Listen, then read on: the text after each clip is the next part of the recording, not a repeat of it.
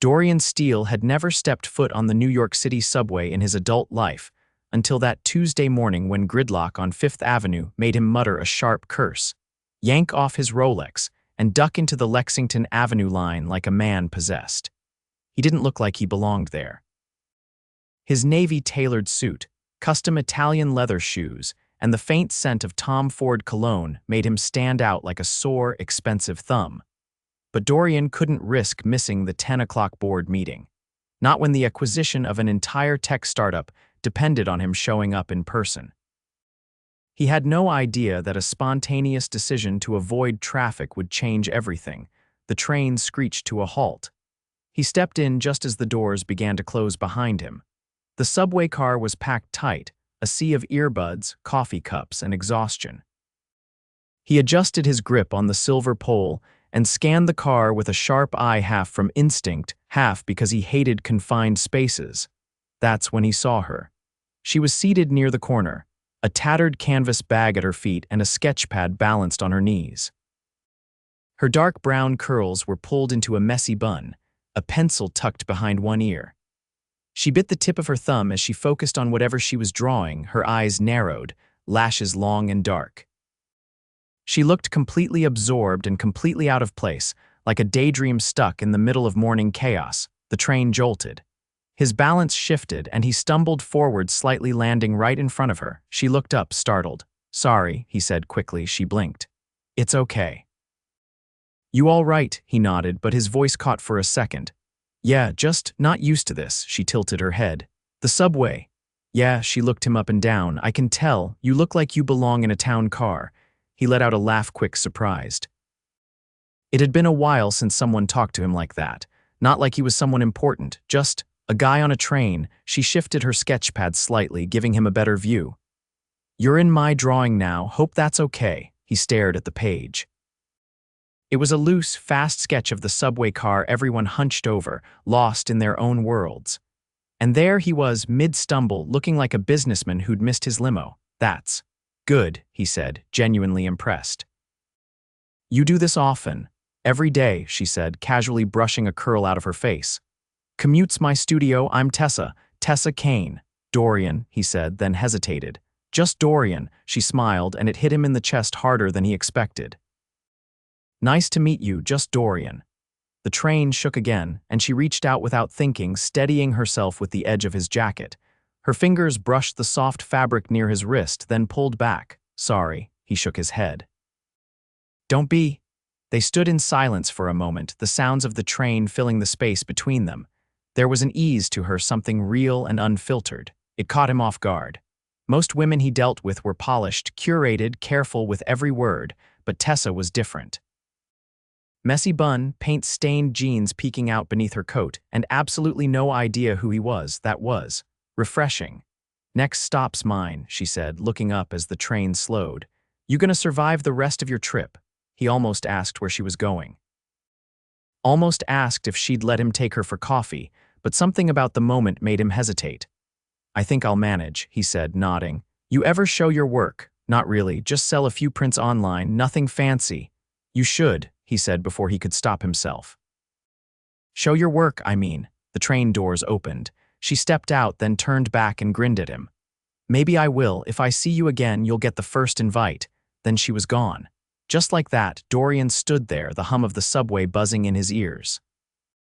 He didn't even hear the announcement for the next stop. He rode the rest of the way on autopilot, his mind stuck on a girl with a sketchpad and eyes that had seen right through him. By the time he walked into the boardroom, he was late. But he didn't care. Later that night, Dorian sat in his penthouse, staring out over the city skyline. He couldn't stop thinking about her. Tessa Kane. Her name felt like something he should already know. Like maybe it was supposed to mean something. He pulled out his laptop and opened a search bar. He typed her name in. Nothing. No social media. No website. No trail. She was like a ghost. The next morning, he left his black Escalade idling in the garage and walked straight toward the subway entrance. He was going to find her again, and this time he wouldn't let her walk away. Dorian stood on the same platform the next morning, dressed down in a charcoal hoodie under a tailored coat, jeans so crisp they still had creases, and a pair of clean white sneakers he'd never worn before.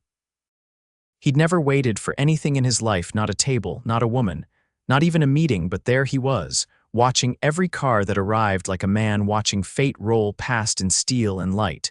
She didn't come, not that day. Not the one after. By the fourth morning, as he leaned against a chilled tile column, a woman in scrubs brushed past him and muttered something about Wall Street guys polluting the system. He didn't react. His eyes were fixed on the arriving train. When the doors opened, he saw her. Tessa stepped in, earbuds in place, a different sketchpad tucked under her arm this time, green paint smudged along the inside of her wrist. She didn't see him at first. She was busy scanning for a seat. She found one, sat down, and flipped open her pad like it was muscle memory. He waited a moment before moving closer. "Missed your stop the other day," he said as casually as he could manage, her head jerked up. A grin spread across her face, not polite, not forced, just surprised in a way that felt like sunlight breaking through clouds. "You again," she said. "I was starting to think I imagined you. I was starting to think you'd vanished," he replied, leaning against the pole across from her. "I've been on this train every morning," she raised an eyebrow. "You, on the subway." "For days. I'm not completely made of marble." "Well, you definitely don't look like someone who waits for anything. I've been known to make exceptions." Tessa scanned him, her gaze lingering on his outfit. "You look different, less expensive." He tilted his head. "You say that like it's a bad thing." "No, just not what I expected," she said, her tone thoughtful. "You're the kind of guy who probably gets his shirts hand-delivered." "This," she gestured vaguely at him, "looks like you bought it yourself." "I did." "Progress," she said, and tucked a loose curl behind her ear. His gaze dropped to the sketchpad. "What are you working on now?" "Faces," she said, turning it toward him. "Not real ones, just impressions, emotions. I draw what people look like when they think no one's watching." He studied the page. Fear, hope, loneliness, yearning. It was raw and immediate, like she'd peeled back something people didn't want seen. "You're not afraid to look too close." "Someone has to," she said simply. "Besides, people spend most of their lives trying to hide. I like undoing that." "I don't think many people can do what you do." "Maybe not," she said, then added, "but it doesn't pay rent." He watched her carefully. "What do you do when you're not sketching strangers?" "I work at a gallery in Midtown, part-time, mostly administrative stuff. I get to hang my pieces in the back hallway, near the supply closet." His jaw tightened. "They make you hang your work by the mops," she laughed. "It's better than my apartment walls. At least someone other than me sees them." "Do you want more than that?" She looked at him then, really looked, and something in her expression shifted. "Of course I do, but wanting and getting are two different things." The train began to slow again. Her fingers curled tighter around the pad. "This is your stop?" he asked. "Yeah, can I walk you?" he asked, not entirely sure what he was doing, but knowing he had no intention of letting her disappear again. She hesitated for just a second, then nodded. They stepped off together, weaving through the crowd, his height helping her cut a path through the commuters. Outside, the air was sharp and bracing. She zipped her coat higher. He offered her his scarf. She looked at it like it might be enchanted. "I'll give it back," she said, looping it around her neck. "No rush." She led him 3 blocks to a narrow building sandwiched between a dry cleaner and a pawn shop. The gallery was up a steep flight of stairs, the kind of place that probably didn't have heat after dark. "I should go in," she said, pausing at the door. "Do you work tomorrow?" "Every weekday," he nodded. "Then I'll see you on the train." She opened the door, then paused. "You're not like any guy I've met on the subway." "I'm not like any guy you've met anywhere," she laughed again, softer this time. "That's either very arrogant or very sad. Depends on the day." She disappeared inside, the door clicking shut behind her. Dorian stood there for a moment, glancing up at the cracked sign that read Gallery 34. Then he turned, walked back down the street, and pulled out his phone. "Jonas," he said when the call connected. "Find out who owns Gallery 34 and make them an offer." Quietly, "You want to buy a gallery. I want to make sure a woman named Tessa Kane never has to hang her work by a mop again." He ended the call and stepped into the street just as a black town car pulled up beside him. He ignored it and kept walking. He had a gallery to buy. The gallery was freezing. Tessa rubbed her hands together and leaned over the ancient space heater that buzzed like it might give out at any second. Her sneakers squeaked faintly on the scuffed hardwood as she crossed the narrow back hallway, adjusting a frame that had tilted from the cold draft. Her sketch hung crooked beneath an exposed pipe. The faint scent of turpentine clung to the air. A creak on the stairs made her glance up. "Hope I'm not interrupting." Dorian filled the doorway, taller than she remembered in the cramped space, wearing a dark coat and a navy scarf that wasn't the one she'd borrowed. This one was cashmere, clearly. He held a cardboard tray with 2 coffees and a small brown bag. "How did you even get in here?" she asked, startled. "The girl at the front desk said you were in the back." I think she was 100% seconds away from calling security. "I'm not sure you're allowed to just walk in here with takeout like it's a brunch spot." "Well, there's no rule posted, so I brought breakfast." Tessa hesitated. "I already ate." "Then you can pretend," he said, offering her the cup. "It's from that bakery on East 47th, the one with the line that wraps around the block." She took it without protest. The lid was warm against her fingertips. He held out the bag. Inside, 1 chocolate almond croissant and a slice of something French I can't pronounce but involves butter, lots of it. She glanced at him. "You bribing me?" "Trying to," he said. "Is it working?" Tessa leaned against the wall, cradling the coffee. "You always bring food when you show up uninvited." "No, usually I bring lawyers," he replied easily. "But I figured you'd like this better." She laughed, the sound echoing faintly off the gallery walls. "You're not wrong." He stepped farther in, his eyes scanning her drawings without comment.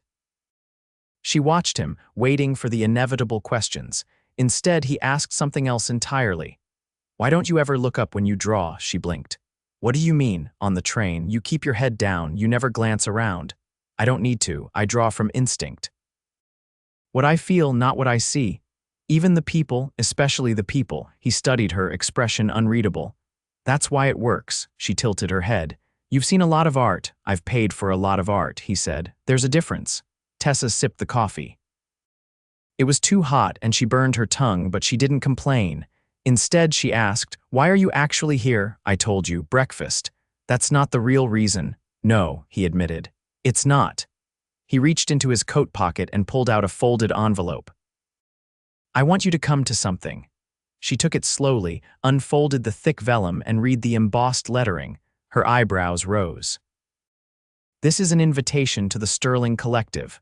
"Yeah, this is the most exclusive art event in New York, I know. They don't invite people like me." "I do." She stared at him. "I don't understand." "I reserved a spot for a new artist showcase." "You'll have your own display wall." "You what?" "It's already arranged." She shook her head, stunned. "You can't just buy space in the Sterling." "I didn't," he said. "I own half of it." Her fingers tightened around the paper. "You lied."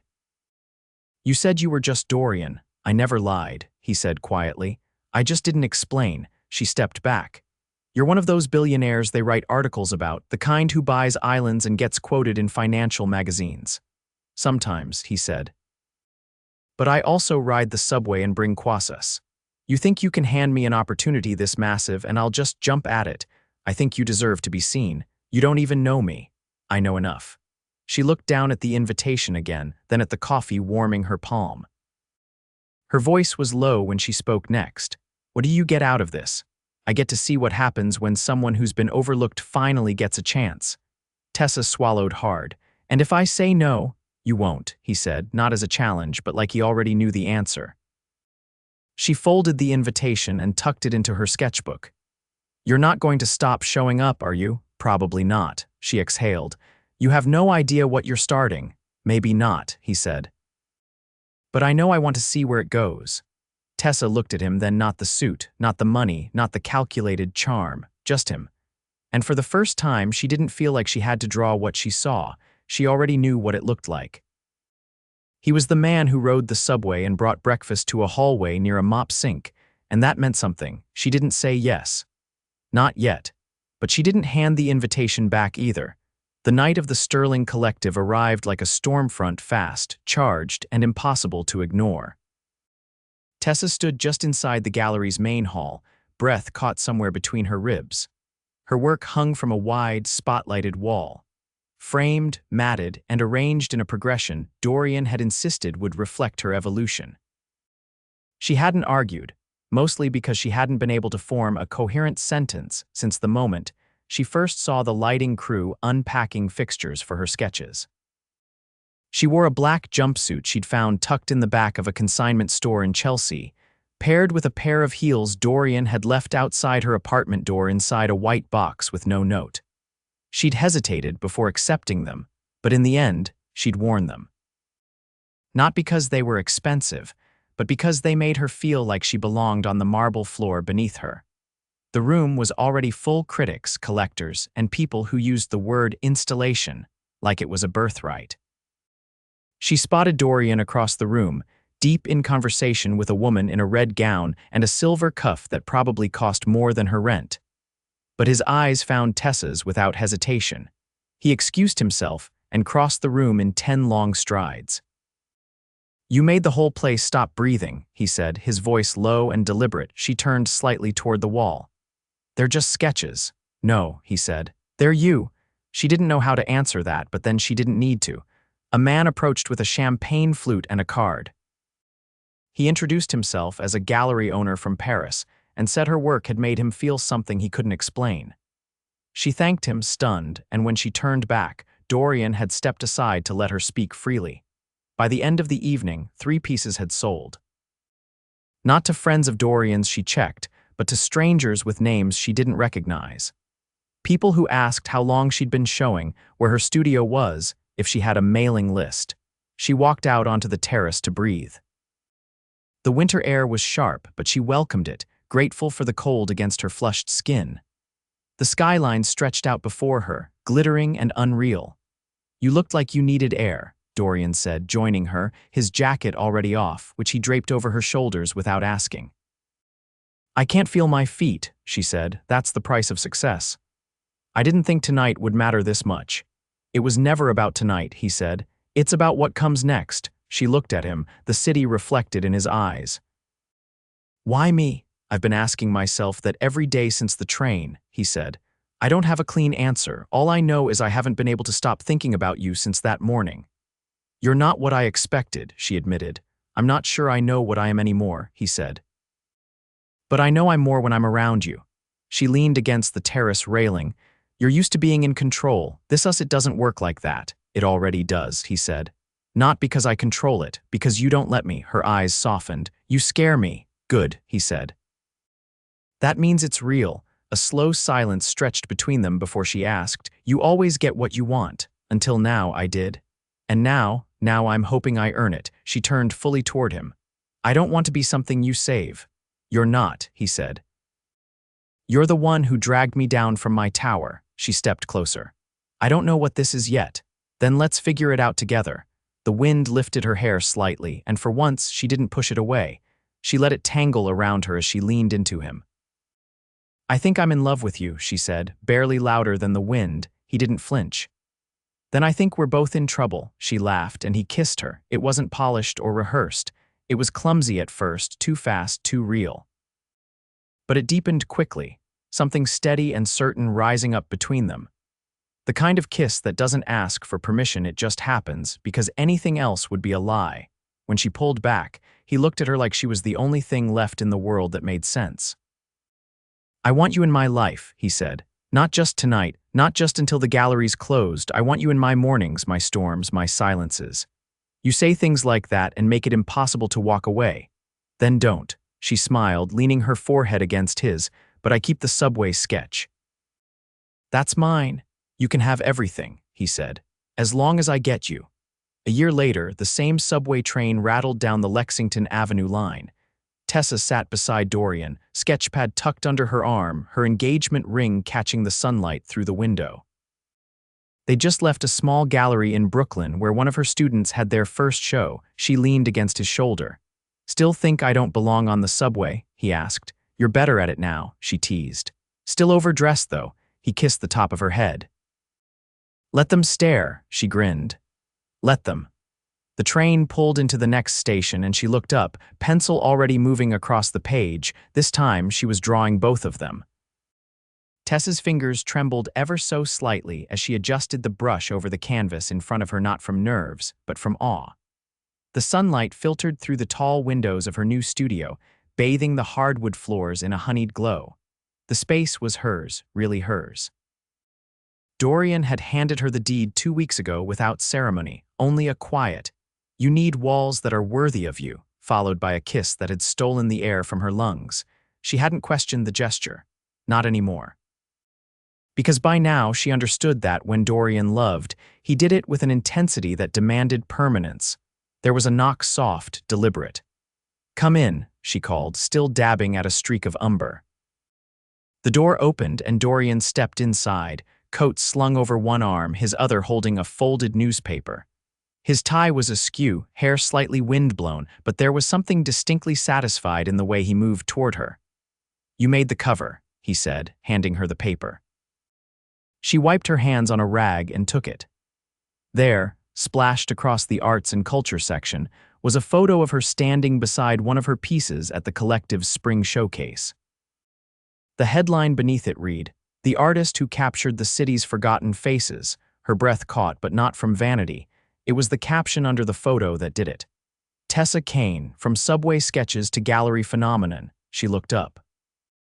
"You knew this was coming." "I might have nudged a few editors," he admitted, eyes glinting. "But the work spoke for itself.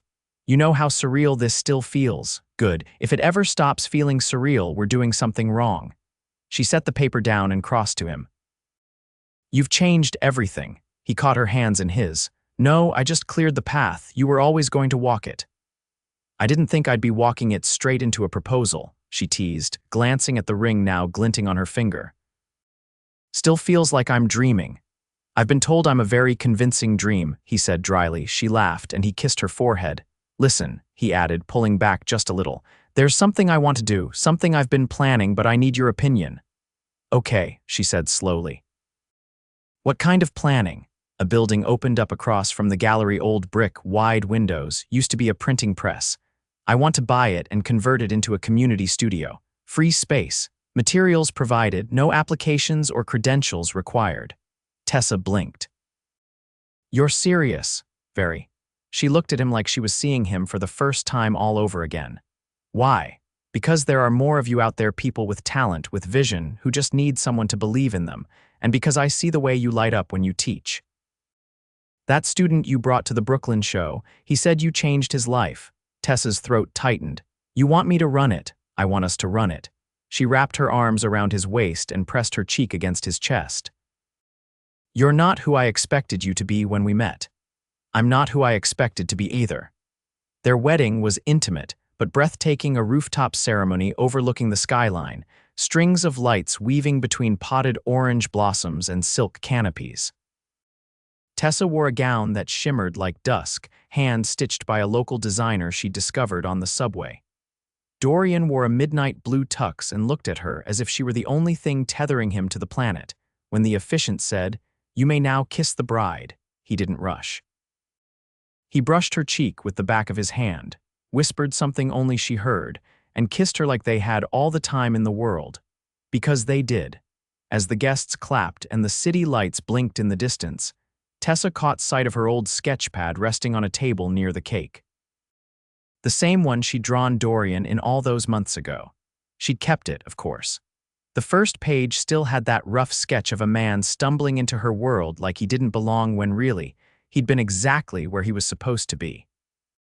That night, as they lay tangled together beneath linen sheets in their suite overlooking the water, Dorian traced lazy circles on her back.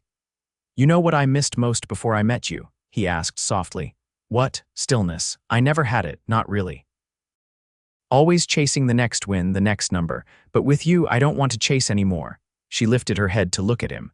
"Then let's stop running. Let's just be," he nodded, eyes warm. "Let's build something that outlasts all of it." Years passed, but the thrill never dulled. The community studio opened to a line that wrapped around the block.